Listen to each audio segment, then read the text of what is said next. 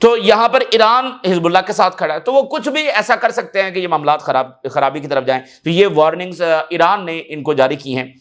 We warn neighboring countries against the Zionist entity exploiting their territories to harm our national security.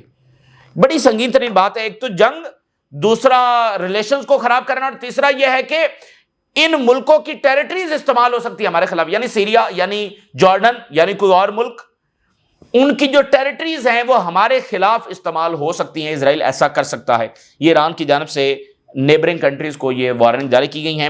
تو یہ کافی بڑی development ہے. اسی درمیان ایران نے اسلحہ کی ایک بہت بڑی شپمنٹ جو ہے وہ کیپچر کی ہے، اور ایران کے مطابق یہ وہ اسلحہ ہے جو اب اسرائیل حملہ کرے گا تو اس میں اندرونی کیوس ایران میں پھیلانے کے لیے یہ اسلحہ جب استعمال ہونا تھا. Iran intercepts US weapons shipment smuggled by Mossad link groups. اب اس میں انہوں نے امریکہ کے اوپر بھی الزام لگایا ہے کیونکہ اس میں امریکن میڈ ویپنز بھی ملے ہیں. بہت بڑا اسلحہ، یعنی ہنڈریڈز آف اس میں اور ہزاروں کی تعداد میں بھی ہو سکتی ہیں. رائفلز ہیں، جدید اس میں باقی اسلحہ ہے. لارج شپمنٹ جب انہوں نے پکڑی ہے جس میں اسرائیل اور امریکہ شامل ہیں. تو یعنی ایران کے حوالے سے جو اسرائیل کے منصوبے ہیں وہ جاری ہیں. اسی درمیان جو ٹرکی کے ناظرین فارن منسٹر ہیں وہ دمشق پہنچ گئے ہیں اور احمد الشرع کے ساتھ ان کی ملاقات ہو رہی ہے. اس ملاقات کی بھی اہمیت ہے کیونکہ اسرائیل کے منصوبے ریگارڈنگ سیریا بدلے نہیں ہیں. ٹرکی نے یہ اناؤنس کر دیا ہے کہ ہم انٹروین کریں گے اور سیریا کی مدد کریں گے، اور ساتھ انہوں نے کہا کہ ہم ٹریننگ دیں گے، ساتھ انہوں نے کہا کہ ہم ویپن اور اکوپمنٹ دیں گے، اور اسرائیل کو یہ قبول نہیں ہے. تو جو ہی وہاں سے ویپنز کی شپمنٹس آنا شروع ہوں گی اور ٹریننگ سیریا کو دینا شروع کرے گا ٹرکی، تو اس میں اسرائیل کچھ بھی کر سکتا ہے. تو اس تناظر میں یہ بڑی اہم ترین میٹنگ ہو رہی ہے. اچھا، اسی درمیان ناظرین یورپ سے کیا اقدامات سامنے آ رہے ہیں؟ یورپ کی جو بڑی طاقتیں ہیں وہ تو ابھی تک کوئی میننگ فل ایکشن لینے سے قاصر ہیں، یعنی ایسا میننگ فل ایکشن جو سیز فائر کی طرف جب لے کر جائے. لیکن کچھ ممالک جو ہیں وہ بڑے اقدامات اٹھا رہے ہیں، جس میں آئرلینڈ ہے، جس میں اسپین ہے، یہ سارے. تو سلوینیا بھی ایک زبردست ملک ہے اور زبردست اقدامات اٹھا رہا ہے. اچھا، سلوینیا پہلا یورپی یونین کا ملک بنا جس نے اسلحہ کی جو سپلائی ہے وہ روکنے کا اعلان کیا اور کہا کہ ان کی جو ٹیریٹری ہے وہ ایز اے ٹرانزٹ بھی استعمال نہیں ہوگی. تو یہ پہلا یورپی یونین. آج انہوں نے اناؤنس کیا ہے کہ وہ اسرائیل سے جو امپورٹس ہیں اس کے اوپر بین لگا رہے ہیں. Slovenia to ban import of goods produced in Israeli settlement. اس سے پہلے آئرلینڈ یہ فیصلہ کر چکا ہے. اس کے بعد یہ دوسرا ملک سلوینیا ہے جس نے اسرائیل سے امپورٹس بند کرنے کا جو ہے وہ اعلان کر دیا ہے. اچھا، برطانیہ میں، یورپ میں جو اسرائیلی ہیں ان کے خلاف ڈیفرنٹ واقعات ہو رہے ہیں. جیسے گریس میں بڑے مظاہرے، پھر جہاں پر نظر آتے ہیں یہ مطلب لوگ وہاں پر پہنچ جاتے ہیں اور ان کو وہاں سے اپنا سفارت خانہ جو ہے وہ خالی کرنا پڑا ہے. تو برطانیہ سے، یورپی یونین کے ممبر سٹیٹ سے مختلف واقعات رپورٹ ہو رہے ہیں کہ کیسے اسرائیلی جو وہاں پر موجود ہیں وہاں پر لوگ ان کو پسند نہیں کر رہے ہیں. تو یہ وہ چیز ہے کہ اسرائیل کی جنگ کے نتیجے میں دنیا کا ریئیکشن یہ آ رہا ہے. جیسے ابھی ایک بڑا واقعہ ہوا ہے، اس کی ویڈیو بھی وائرل ہے. Investigation after orthodox children spread by the water from passing car. اب وہاں پر ایک عجب فینومنا ہو رہا ہے کہ وہ کار میں سے گزرتے ہیں اور جہاں پر اسرائیلی ان کو نظر آتا ہے وہ واٹر گن سے اس کے اوپر جو سپرے کر دیتے ہیں. مین ان کار سپرے واٹر ایٹ آرتھوڈاکس. اب وہ جناب برطانوی پولیس جو ہے وہ انویسٹیگیشن بھی کر رہی ہے، وہ لوگوں کو پکڑ بھی رہی ہے، لیکن وہ سارے جو ہے وہ برٹنز ہیں، مطلب برٹن اور مائیگرینٹس بھی نہیں ہیں، وہ سارے گورے ہیں اور یہ ساری چیزیں جو وہ کر رہے ہیں. یورپی یونین کے جو وائس پریزیڈنٹ ہے انہوں نے اناؤنس کیا ہے that displacement and killing in Gaza closely resemble genocide. یورپی یونین کے وائس پریزیڈنٹ یہ کہہ رہے ہیں کہ یہ جینوسائیڈ ہے جو غزہ میں ہو رہی ہے. تو ابھی تک فرانس نے، برطانیہ نے، جرمنی نے، اٹلی نے، بڑے مالک نے، کینیڈا نے، آسٹریلیا نے اس کو جینوسائیڈ ڈکلیئر نہیں کیا ہے. یورپی یونین ایز اے ہول اب ان کے وائس پریزیڈنٹ کہہ رہے ہیں کہ یہ تو جینوسائیڈ. تو یہ چیزیں آگے بڑھ رہی ہیں. اسٹارمر کافی زیادہ دباؤ میں ہے اور اسرائیلی لابی اور پوری ایک کیمپین اس کے خلاف ہو رہی ہے، لیکن Starmer defends plan to potentially recognise فلسطین اسٹیٹ. اسٹارمر یعنی یو کے حوالے سے یہ ہے کہ ابھی بھی ان کی جو فوج ہے وہ اسرائیل کی مدد کر رہی ہے. اسرائیلی میڈیا کے مطابق لارج فورسز چاہیے ریگولر اور ریزرو غزہ کو آکوپائی کرنے کے لیے. اس کی وجہ یہ ہے کہ حماس چونکہ موجود ہے تو وہاں جہاں بھی اسرائیلی فوج ڈپلائی ہوگی اس کو خاص یعنی وہاں پر اپنی حفاظت کے لیے، کیونکہ حماس کہیں سے بھی نکل کر آئے گی اور ان کے پر جب اٹیک کرے گی. The occupation of Gaza requires recruiting a large number of forces and the army does not want to control the population. اور اسرائیلی میڈیا کے مطابق اور ان کے ایکسپرٹس کے مطابق آکوپیشن آف دا غزہ میں کئی مزید اسرائیلی فوجی جو وہ مارے جائیں گے. Occupying Gaza without an alternative to Hamas would result in hundreds of them will be killed. اسرائیلی فوجی جو ہے وہ سینکڑوں کی تعداد میں مزید جو وہ مارے جائیں گے. یہ اسرائیلی ایکسپرٹس یہ بات کر رہے ہیں. اور فلسطینی ریزسٹنس نے شجاعہ میں اٹیک کیا ہے اسرائیلی سولجرز اور وہیکلز کے اوپر. اسرائیلی آرمی چیف نے بڑا تکبرانہ بیان دیا ہے. کہتا ہے کہ ہمارے جو حملے ہیں اور جو ہماری ایئر سٹرائکس ہیں are echoed and heard throughout the Middle East. تو اس کی جو گونج ہے وہ پورا مڈل ایسٹ سن رہا ہے. یعنی جو جینوسائیڈ یہ غزہ میں کر رہے ہیں, شام میں, لیبنان میں جو بومبنگ کر رہے ہیں, کہتے ہیں اس کی گونج پورا مڈل ایسٹ سن رہا ہے. تو یہ تکبرانہ سٹیٹمنٹ بھی انہوں نے جاری کی ہے. اب ناظرین اگر ہم بات کریں برکس کی تو دیکھیے دنیا میں جو بھی اس وقت واقعات ہو رہے ہیں, جس سٹرکچر میں ہم رہتے ہیں اس کے مطابق ہماری زندگیاں آگے چلتی ہیں. اور وہ ممالک جن میں جنریشنز اینڈ جنریشنز تباہ ہو گئی, ان کے ڈریمز تباہ ہو گئے, ملینز آف کیجویلٹیز ہوئیں, تو وہ سب ظاہر ہے کہ اس امپائر ہی کا نتیجہ ہے. اس امپائر کی چھیڑی ہوئی جنگیں, اس امپائر کی سینکشنز, اس امپائر کی پالیسیز وہی ہیں جو اس دنیا میں جو بھی ہو رہا ہے.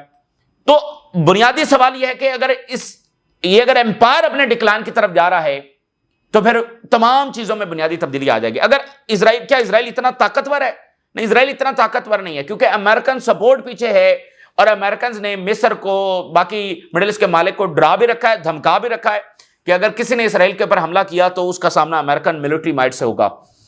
تو یہ سب چیز بیس کرتی ہے امریکن امپائر کے اوپر. اگر امریکہ کا جو پولیس مین کا کنٹرول ہے وہ ختم ہو جاتا ہے تو پھر یہ ساری چیزیں اس طرح سے چل نہیں سکتی, اور نہ اسرائیل اس طرح سے قائم رہ سکتا ہے. تو کیا کوئی ایسی چیز دنیا میں ہو رہی ہے کہ جس کے اوپر ہم یہ کہہ سکیں خالی کرٹیسزم سے تو امریکن امپائر ڈکلائن نہیں نہ ہوگا؟ کوئی ایسی پریکٹیکل فورس, پیرالل فورس کیا ایسی وجود میں آ رہی ہے کہ جو امریکن امپائر کا سامنا کر سکے؟ بھئی دنیا میں مظاہرے کرنے سے, تو کرٹیسزم کرنے سے ظاہر ہے اس کی اپنی اہمیت تو ہے, لیکن اوورآل امریکن امپائر تو ڈکلائن کی طرف نہیں جا سکتا نا. تو اس کے لیے تو پریکٹیکل فورس چاہیے. تو وہ فورس اب برکس کی صورت میں نظر آ رہی ہے. اور اب بڑی بات یہ ہے کہ دیکھیں جیسے برازیل پر سینکشن ٹیرف لگے ہیں, جیسے انڈیا پر لگ گئے ہیں, چائنا کو دھمکیاں ہیں, اور وہ کہہ رہے ہیں کہ رشیا سے آئل نہ خریدا جائے. تو یہ وہ چیزیں ہیں کہ جو برکس کو اور زیادہ یونائٹ کر رہی ہیں. اور ٹرمپ جو ہے نا اس کی پالیسیز کیٹلسٹ کا کام کر رہی ہیں امریکن امپائر کے ڈکلائن میں, کیونکہ امریکن امپائر کے جو سب سے بڑی طاقت ہے وہ اس کا ڈالر ہے, اور ڈالر اس لیے قائم ہے کیونکہ اس کے اوپر ٹرسٹ ہے کہ بھائی ٹھیک ہے ہم اس ڈالر کو مانتے ہیں. جتنا یہ ڈالر استعمال ہوگا ایز اے ویپن اتنا زیادہ یہ ملک موو اوے کریں گے اس ڈالر سے. کوئی نئی کرنسی آئے گی یا لوکل کرنسیز میں جو بھی وہ کریں گے, لیکن اس کے اوپر وہ مزید ریلائی نہیں کر سکتے. تو اب ذرا آپ ہیڈ لائنز دیکھتے جائیے. ایک تو جو برازیل کے پریزیڈنٹ ہیں انہوں نے کہا کہ کوئی میں ٹرمپ سے بات نہیں کروں گا. اور کیوں نہیں کروں گا؟ I will not humiliate myself. لولا rejects US tariff pressure. اور انہوں نے کہا کہ کانفیڈنس انہوں نے شو کیا کہ جو لیٹن امریکہ ہے, largest economy has enough resilience to withstand the American pressure. یعنی ہم آپس میں مل جل کر جو ہے وہ اس دھمکیوں کا اور اس امپائر کی پالیسیز کا سامنا کریں گے, in like some western counter parts جو سرنڈر کر چکے ہیں. اور جو امریکہ کی ڈیمانڈز ہے وہ کسی صورت ہم نہیں مانیں گے. دیکھیں بات یہ ہے کہ جب آپ امریکہ سے ڈائلوگ کرنے کے لیے جائیں گے تو ڈائلوگ تو ہے ہی نہیں وہاں پر تو سرنڈر ڈاکومنٹ ہے جو سائن کرنا ہے.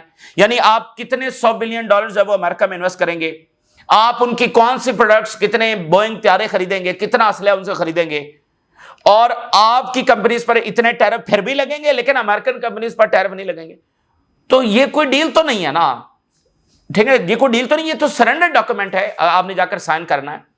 تو وہ سائن کر کے کون سا مسئلہ حل ہو جائے گا؟ ہیوملیشن الگ سے ہوگی اور نیا راستہ الگ سے کھل جائے گا امریکہ کے لیے. وہ ایک کے بعد ایک چیز جب وہ منواتا چلا جائے گا. تو یہ تو سروائیول کا کوئی راستہ نہیں ہے. تو اب جب امریکہ چیزوں کو اس نہج کے اوپر لے گیا ہے تو اب باقی ملکوں کے لیے اس راستے کے اوپر سروائیول نہیں ہے. وہ امریکہ کے ساتھ ڈیل کر کے بھی سروائیو نہیں کر سکتے, تو اس لیے ان کو کوئی الگ راستہ جو ہے وہ تلاش کرنا ہے. اور انہوں نے کہا کہ ہم ڈومیسٹک اکنامک پالیسیز کے اوپر مزید فوکس کریں گے امریکی ٹیرف کا سامنا کرنے کے لیے, اور برازیلین کمپنیز کو اسسٹ کیا جائے گا ایکسپورٹ کے حوالے سے. اچھا اب آپ دیکھیے انڈیا کا کردار بہت امپورٹنٹ ہو گیا ہے. انڈیا نے ابھی تک کوئی سرنڈر نہیں کیا, اور انڈیا کے پرائم منسٹر جب وہ چائنا بھی جا رہے ہیں, حالانکہ چائنا سے تعلقات خراب ہیں لیکن ٹیرف کے نتیجے میں یہ ہو رہا ہے اور یہی ہونا ہے, یہ ملک زیادہ چائنا قریب جائیں گے. رشیا سے کچھ دیر پہلے بڑی انپورٹنٹ سٹیٹمنٹ آئی ہے. رشیا کی جو سیکورٹی کونسل ہے اس کے جو سربراہ ہیں سرجائی شوگو, جو کہ فارمر ڈیفنس منسٹر بھی ہیں, 10 سال تک وہ ڈیفنس منسٹر رہے ہیں اور ابھی وہ سیکورٹی کونسل کے ہیڈ ہیں, انہوں نے کہا کہ انڈیا کے ساتھ جو اسٹریٹجک پارٹنرشپ ہے اس کو مزید مضبوط کرنا از اے پریورٹی فار رشیا. اور جو انڈین آفیشلز ہیں وہ ماسکو کا دورہ بھی کر رہے ہیں, تو ادھر سے رشیا کہہ رہا ہے کہ انڈیا کے ساتھ اسٹریٹجک پارٹنرشپ کو مزید مضبوط کرنا یہ ہماری پریورٹی ہے. اور انڈیا کا سٹیٹمنٹ یہ ہے کہ what ever it takes India will not compromise the interest of the farmers, life stock keepers and fishermen. اب دیکھنا انڈیا جب یہ پلان کر رہا تھا کہ یہاں وہ اپنے رائس بیچے گا خاص کر جاپان میں, تو وہاں بھی امریکہ نے کہا کہ نہیں, جاپان رائس بھی ہم سے خریدے گا. اچھا جو انرجی ہے وہ بھی امریکہ بیچے گا, رائس بھی امریکہ بیچے گا, ایگریکلچر پروڈکٹس بھی امریکہ بیچے گا, باقی ٹیک تو آلریڈی امریکہ بیچ ہی رہا ہے, تو دنیا کے پاس تو کچھ بچا نہیں ہے کہ وہ کیا بیچیں گے. اور یعنی ایک ہوتا ہے اوپن مارکیٹ, اور یہ بڑی دلچسپ بات ہے, یہ امریکہ ہی تھا جس نے کئی سال دھمکات کے اور معاملات کر کے یہ اوپن مارکیٹ امریکہ نے کریٹ کی, ویسٹ نے کریٹ کی. اب خود امریکہ ہی اس اوپن مارکیٹ کو بند کر رہا ہے. یعنی آپ کھلے عام جا کر, مطلب ایک ایگریمنٹ ہوگا کہ آپ نے امریکہ کی اتنی چیزیں خریدنی ہی خریدنی. بھائی یہ کون سی اوپن مارکیٹ ہے, اور اوپر سے آپ پر ٹیرف لگیں گے لیکن امریکن گڈز پر ٹیرف نہیں لگیں گے. تو وہ جو فری مارکیٹ تھی جس کو امریکہ اپنے لیے, مطلب فری مارکیٹ اور ڈیموکریسی یہ دو ہی چورن تھے جنہوں نے بیچے ہیں, اور اس کے لیے بہت کچھ انہوں نے جنگیں بھی کی, سارا کچھ کیا. اس کے اوپر یہ اتراتے رہے ہیں کہ دیکھیں ہم فری مارکیٹ کو پروموٹ کرنے والے ہیں, ڈیموکریسی کو پروموٹ کرنے والے ہیں. وہ دونوں چیزوں, ڈیموکریسی اور ہیومن رائٹس بھی غزہ میں نظر آ گئے, اور تجارتی جنگ کی صورت میں فری مارکیٹ وہ بھی کولیپس کر گئی. تو انڈیا کہہ رہا ہے کہ ہم فارمرز اور اپنے انٹرسٹ کے اوپر کسی صورت جب وہ کمپرومائز نہیں کریں گے. اچھا اب ذرا یہ دیکھیے, India today, Brazil Lula plans joint response to Trump tariff with Modi and other BRICS leaders. یہ ہے وہ اقدام جو امریکن امپائر کو بہت زیادہ ہٹ کرنے جا رہا ہے. یعنی برکس جو ابھی تک اس انداز میں ریلیکٹنٹ ہے کہ اکنامکلی کو دیکھیں, وہ کام تو کر رہے ہیں, یعنی جیسے ان کا ڈیولپمنٹ بینک ہے تو وہ کافی سال سے کام کر رہا ہے, اور اراؤنڈ میرا خیال $30 بلین یا $39 بلین کے وہ قرضے دے چکا ہے. اور اس کا مقصد یہ ہے کہ ورلڈ بینک اور IMF کا جو چنگل ہے اس سے ان ملکوں کو آزاد کیا جائے, اور جو ڈیولپمنٹ پروجیکٹس ہیں اس میں لونز ہے وہ دیے جائیں. اور اس میں لونز ہے وہ لوکل کرنسیز میں بھی دیے گئے, یعنی ساؤتھ افریقہ میں پروجیکٹ ہے تو ان کی کرنسی میں, ضروری نہیں کہ لونز آف ڈالرز میں دیے گئے. تو وہ بینک کام کر رہا ہے, مختلف انفراسٹرکچر وہ ڈیولپ کر رہے ہیں. اور ابھی جو سمٹ ہوا اس میں پیوٹن نے بھی اس بات کو انڈورس کیا کہ اب اپنی کرنسیز میں جو ٹریڈ کرنی ہے, اور رشیا اور چائنا 90% اپنی کرنسیز میں ٹریڈ کر رہے ہیں. ایران جو ہے وہ اپنی کرنسیز میں یعنی چائنیز کرنسی میں ٹریڈ کر رہا ہے. تو ابھی وہ یہ سارا انفراسٹرکچر بنا تو رہے ہیں, لیکن پھر بھی برکس ابھی تک ریلیکٹنٹ نظر آئی ہے کہ وہ کوئی کاری ضرب لگائے ڈالر کے اوپر. ابھی تک وہ ریلیکٹنٹ نظر آئی ہے. چائنا بھی اتنا کھل کر اس طرح سامنے نہیں آیا. تو لیکن اب یہ معاملہ یعنی کہ دیکھیں نا, دم گھٹ گیا نا کہ 50% ٹیرف برازیل پر لگ گئے, 50% لگ گئے انڈیا کے اوپر. تو کرنا کیا ہے, جانا کدھر ہے, کمپنیز تو تباہ ہو جائیں گی. اب یہ جو اتنی billions, hundreds of billions of dollars کی چیزیں جو امریکہ وہ بیچتے ہیں وہ تو نہیں بک سکیں گی. تو کدھر بھیجیں گے, یورپی یونین بھیجیں گے, کدھر بھیجیں گے. تو اوور سپلائی اور وہ سارا مسئلہ جو پیدا ہو جائے گا. وہاں پر تو آلریڈی ان کی پروڈکٹس جا رہی ہیں, تو ان کی اپنی ہی قیمتیں نیچے گر جائیں گی. تو اس لیے کوئی الگ راستہ نکالنا ہے اور بہت جلد نکالنا ہے. تو یہ جوائنٹ رسپانس برکس جو وہ دینے جا رہا ہے.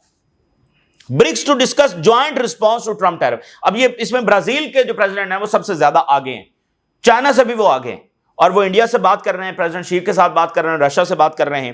Exclusive, Brazil's Lula says he will discuss Trump tariff with BRICS group.